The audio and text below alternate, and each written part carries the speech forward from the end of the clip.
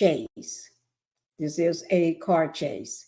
And I have the live video going right now from Los Angeles. And I'm going to go ahead and bring it in so you can see it before it's all over. It seemed like it's a short pursuit of let me just go ahead and get it casted for you. This is with ABC7 out of LA. Okay. So I'm going to go ahead and cast this for you so you all can see it. It is live. You know, I love myself a police chase, but this is a live one. What happened? They was chasing the suspects. It's two of them that bailed out of the car. While the car was still running, they bailed out. It was two of them. So I'm showing it live right now. They bailed out in the middle of the road as the car was still rolling. And they got one, I think. And the other one, they're looking for him somewhere in the trees. They're trying to catch them. This is, let me just bring it up. This is a carjacking suspect. Let me just say everything is alleged. This is my opinion only. And this video is made for educational and entertainment purposes. I just had to get that out. I just want to make sure I get it up as quickly as possible. It's only been a few minutes into it. Let me just see. Let me just tell you how long the car. It's been 25 minutes now. When I saw it, it was the information for the ABC7 will be down in my description tab below the video. When I first saw it, it was like almost 16 minutes into the police chase. So I was expecting it to go even longer because most times, you know, they don't give up.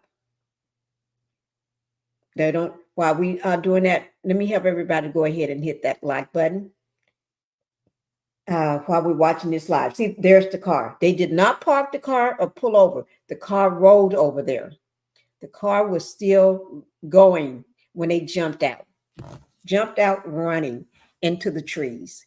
And I think those over there, I'm not muted. Oh, yes, I am. Let me unmute myself. You're not when they start talking, I'll be quiet. But those look like storage containers, or I don't know. Those, but they jumped out and ran toward the trees. They was chasing them all over the place. I don't know how long it's going to last, but it seemed like they didn't take them. I think they were saying they may be running out of gas. I don't know how they know that, unless when they carjacked the person, they must told them they didn't have much gas. I think they do have like they're one. Still searching down there, actually. This is live, guys. Live as we speak. Okay. And please hit the like button coming in. Okay. There he is. Suspect number 2 coming out of the trees here. And that will do it for our coverage from up here in Area 7. 2 suspects in custody after a dangerous pursuit here in Long Beach, coming to an end on the northbound side of the 710 freeway. Well, still hit the like button. Oh, he don't even have on a t-shirt.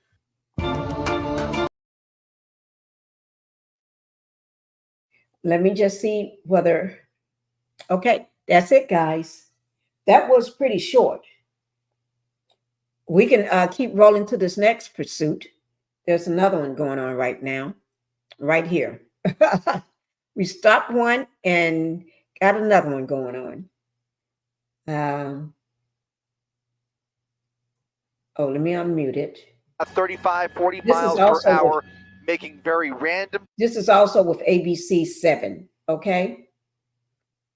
Looking for a spike strip, but right now these turns appear to be too random and he's traveling too fast to really set up for a successful spike strip. So we'll see if there's anybody else inside the vehicle, a strong indication that he may be looking for an opportunity to just dump this vehicle based on some of these moves here, or he could keep it going. You just never know what's going through this guy's mind. It does not look like there's anybody in the passenger seat. And again, David, we do not know what the original want was here for this vehicle. We're getting some reports that it is a robbery suspect out of the South LA station.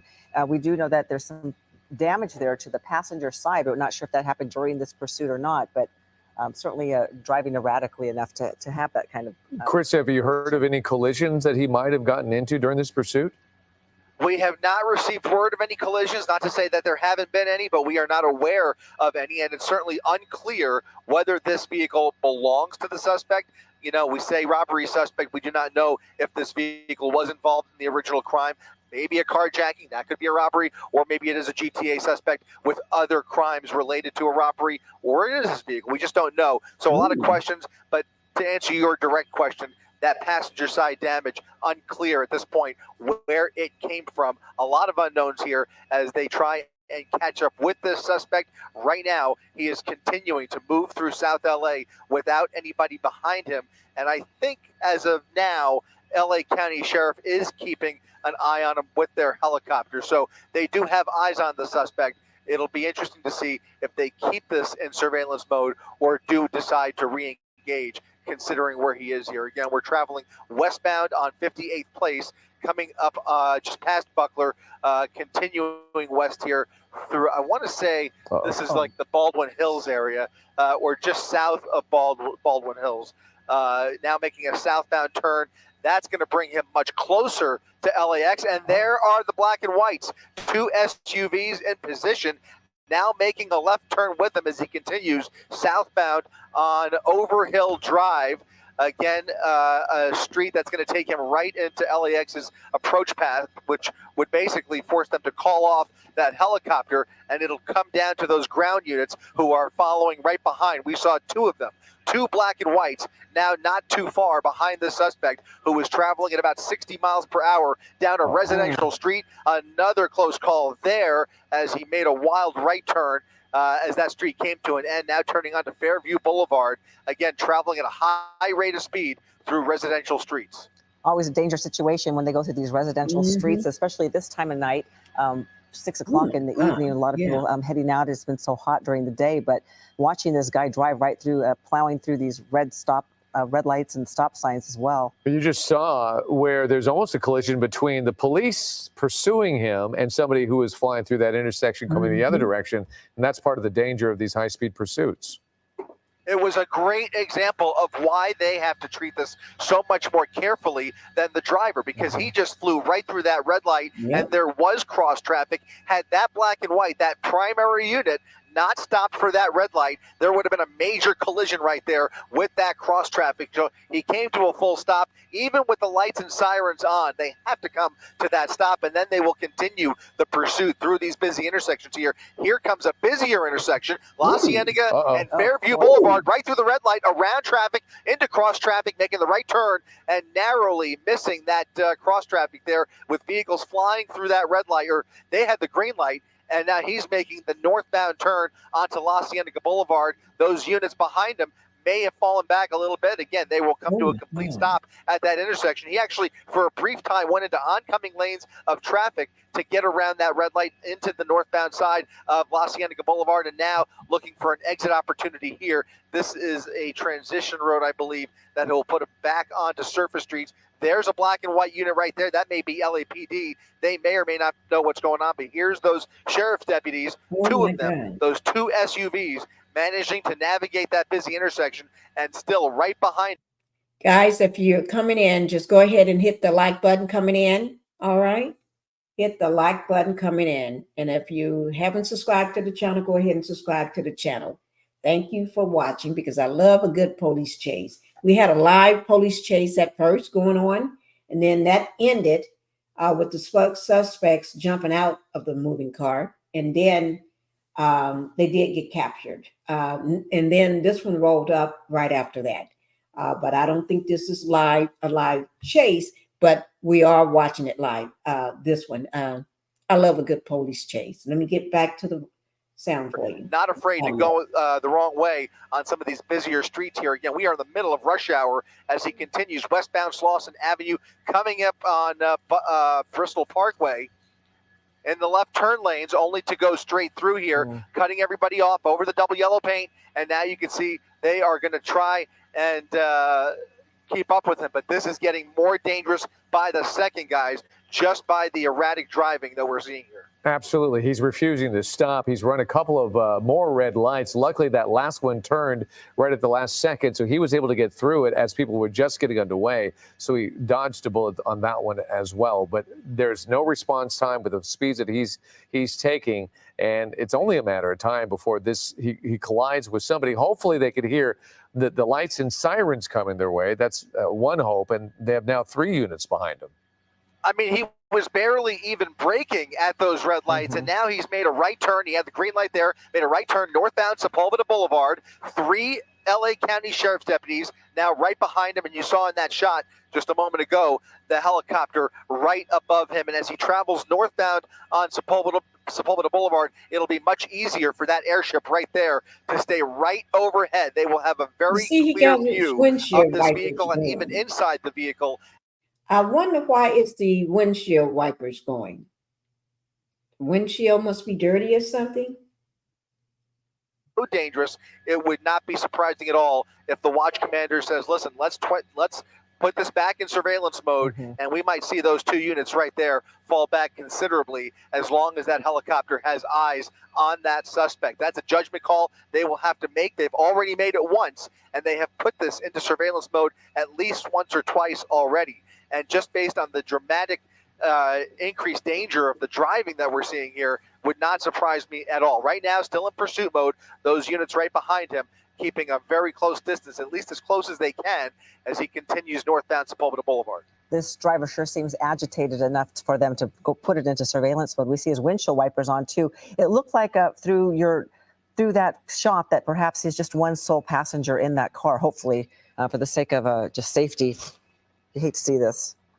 Yeah, we've been able to confirm that there's nobody in the passenger seat. It's just unclear because those windows are so heavily tinted, impossible to see in the back seat there. That is something that they probably are able to see with the infrared on that helicopter. But in any event, we just don't know. But the passenger seat does appear to be empty now, making a right turn. He is now eastbound on Culver Boulevard. Another busy intersection there, barely slowing down as he passes through Combs Avenue, heading westbound Culver Boulevard at a high rate of speed. LA County Sheriff's deputies in hot pursuit here as they continue this chase into Culver City. And as he gets further towards the east here, it's going to get much busier towards the heart of Culver City.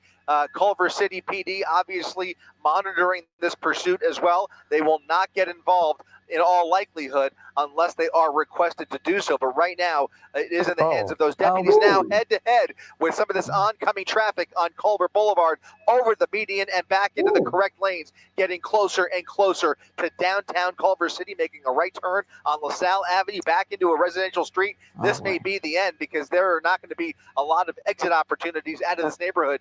He's going to have to slow down quite a bit here. Hopefully, one can only hope that he slows down. He's doing 55 miles per hour down this very residential street. It dipped really hard there, and he is not long for this chase. If this continues at these high rates of speeds, somebody is going to get hurt. And at this point, you're pretty close to airspace now, aren't you?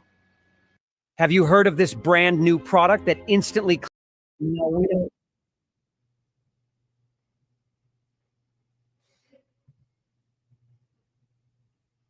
Okay, here we go, guys. Whenever you see that, that's only because now we're well into Culver City proper, where they have good eyes on him with that sheriff helicopter, I should say. And if that doesn't work, and if there's a fuel situation with that helicopter, they will call for LAPD to continue this aerial following. But right now, LA County sheriffs are the primary agency. That helicopter is right overhead. And as far as I could tell, those deputies are not far behind him. It looks like he's slowing down, trying to squeeze through. He didn't have enough room there, trying to squeeze through a stop sign, and now he's continuing to pick up speed here on Farragut Drive at Duquesne Avenue, making a turn into oncoming lanes of traffic, trying to squeeze through, threading the needle on Duquesne, and trying to get around all of that residential traffic, but he's in oncoming lanes of traffic on the bike path now, trying to get back on the correct side. These are no more than 1 or 2 lane residential streets.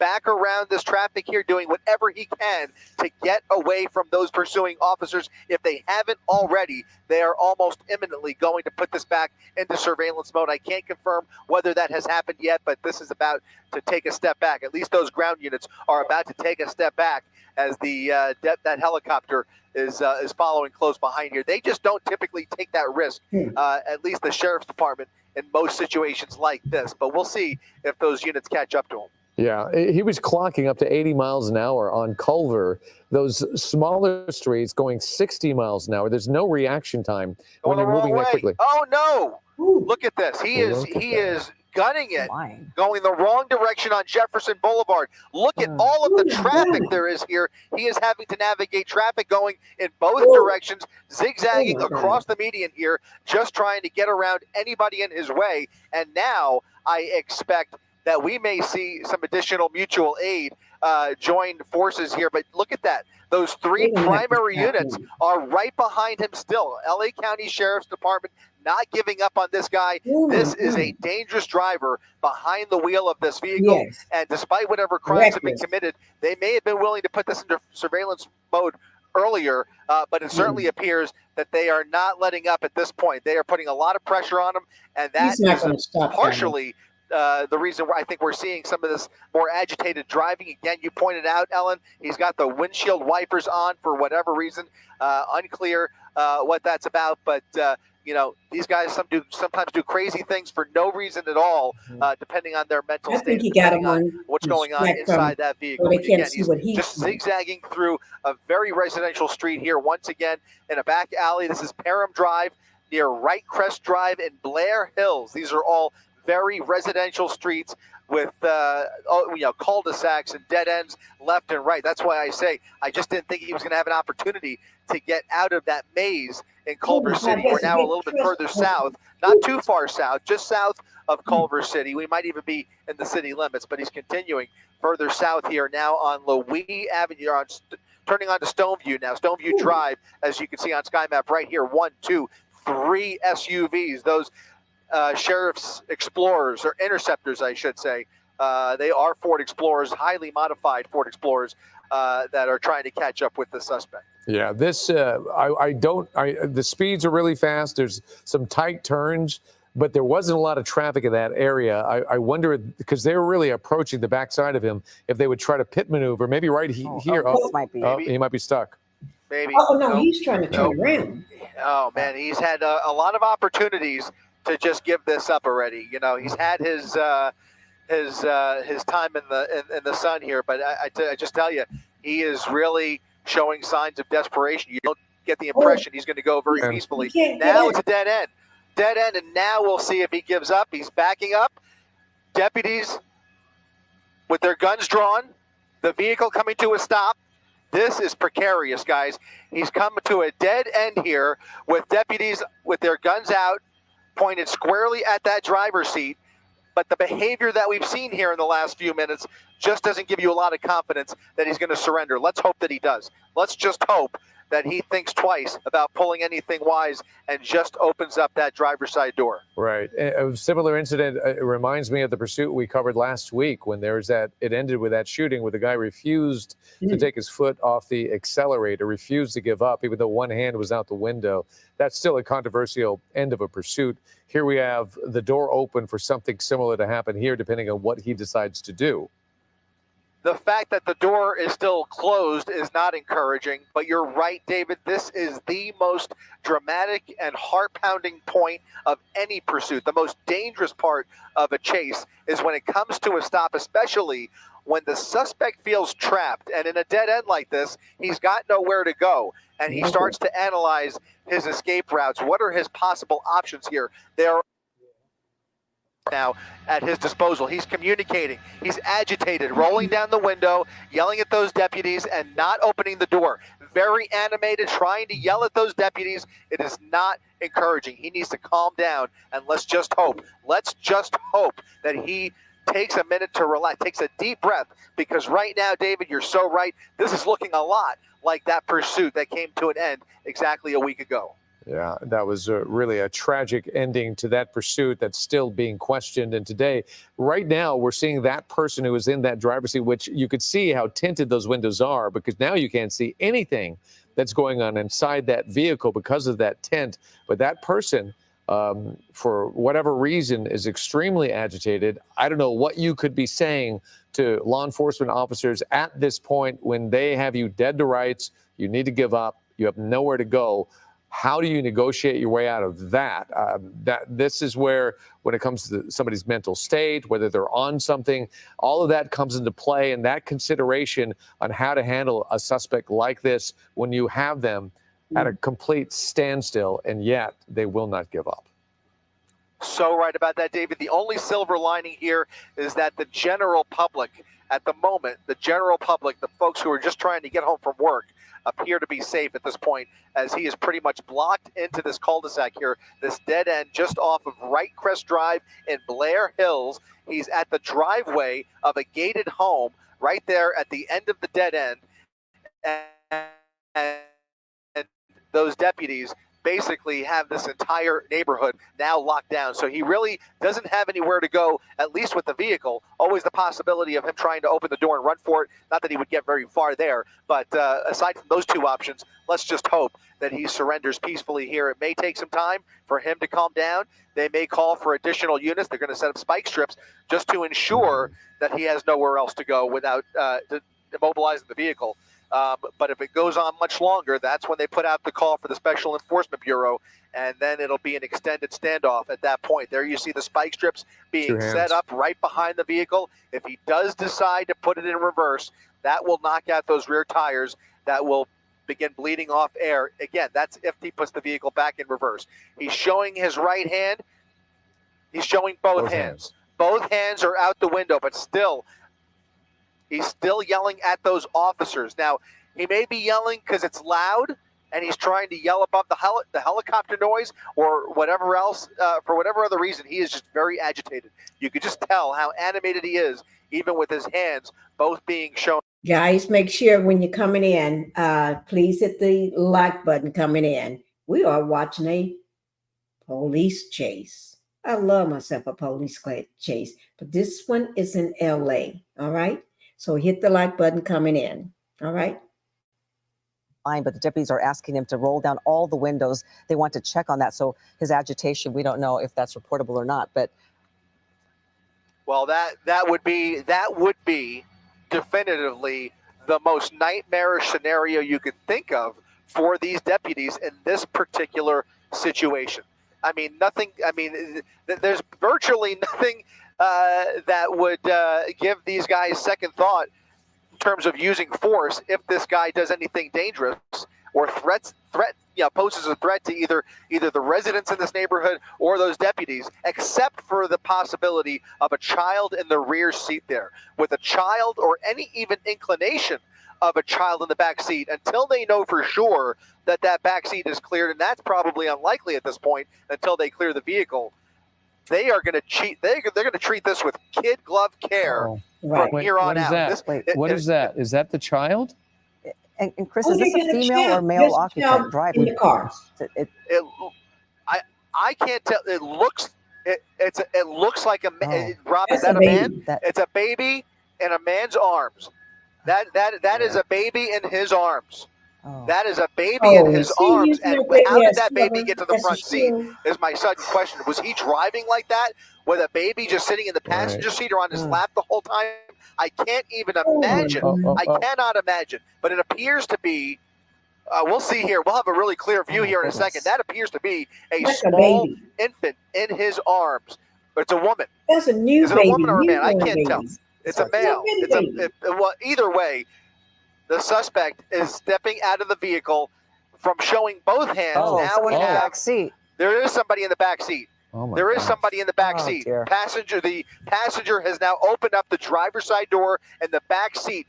You just can't believe that person has just led the LA County Sheriff's Department on a wild and dangerous pursuit in the middle of rush hour with a baby in that vehicle and other people inside of that car. This is just incredible, and hopefully he cooperates from here on out. This is just incredible. Yeah, these are surprises. We're often surprised on what gets out of these vehicles at the end of pursuit, and it goes to show you never know. And that's why they always have to handle it where they have to be prepared for any possibility. This is one of those pursuits where the unexpected is happening from one moment to the next. That's right. Right. I mean, look at this. Wow. This is giving me so much agita, guys.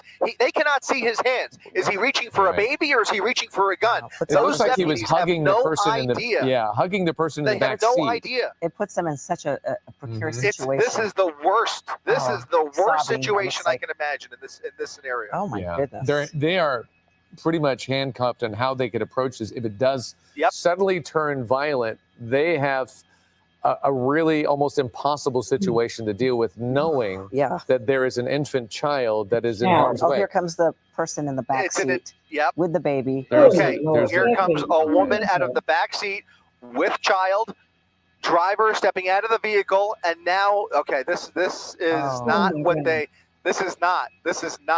they want to see here.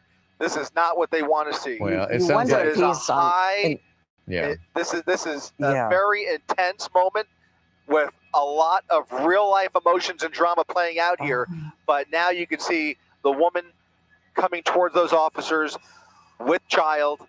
Whether she was a willing participant or not, they will figure it out very quickly. They're going to take custody of the child temporarily because obviously somebody's being charged with child endangerment. Oh my goodness. But finally, it is up to the suspect to just give up peacefully at this point now that the baby is out of the picture. But this is about as tense as it gets, guys. Well, thank goodness he's complying now with the orders, at least with both hands up and backing up.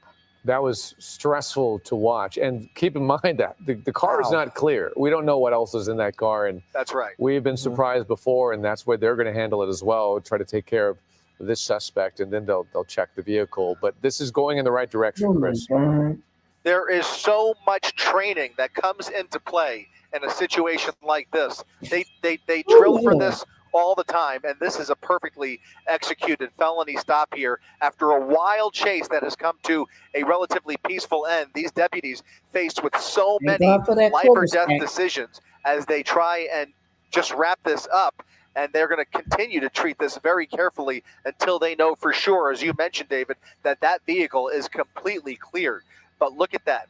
A dangerous driver involved in a robbery of some sort. You see the woman being placed into handcuffs until they figure out what her participation level was, and that innocent baby now in the custody of the LA County Sheriff's Department as they attempt to clear that vehicle. And you can see they have not taken their eyes off of that vehicle, nor have they taken their gun sights off that vehicle. Right, just when you think we've seen every pursuit imaginable, you get a new surprise. That's incredible. There's a lot of things to be thankful for at this stage, even though the car has not been cleared, so that's probably the next step. But as fast as he was driving 80 miles an hour on surface streets with no reaction time, and then now to find out there was an infant child and a woman in the back seat of that vehicle, it's really remarkable that we're at this point, and so far so good when it comes to not seeing anybody getting hurt or any severe damage or anything like that. Because driving it looks like no movement in that car. Lord. Yep, approaching it very slowly, and it looks like they can rest easy here in just a second. The only thing left is popping open that trunk to make sure. But right now, it does appear that they are prepared to issue the code 4 here in just a second. That would be an all clear. There's the code 4. Trunk is empty, and now we can say that this has come to a peaceful resolution, but not without some very, very tense moments after just an extremely dangerous chase here. That's ending just south of Culver City. Look at that shot. To watch to see that little child with the officer. The deputy with the child trying to comfort the baby, and hopefully everything's okay when it comes to that. What an episode. What a pursuit. And we'll keep you posted on finding out more information on this. We're going to check in with Dallas Raines now. We just have a few. Okay, guys. Woo! That was something else, wasn't it? That was something else. Ooh, had me on pins and needles. That baby, that was a small baby. A tiny baby in there. Did y'all see that? You can't make this stuff up. A tiny baby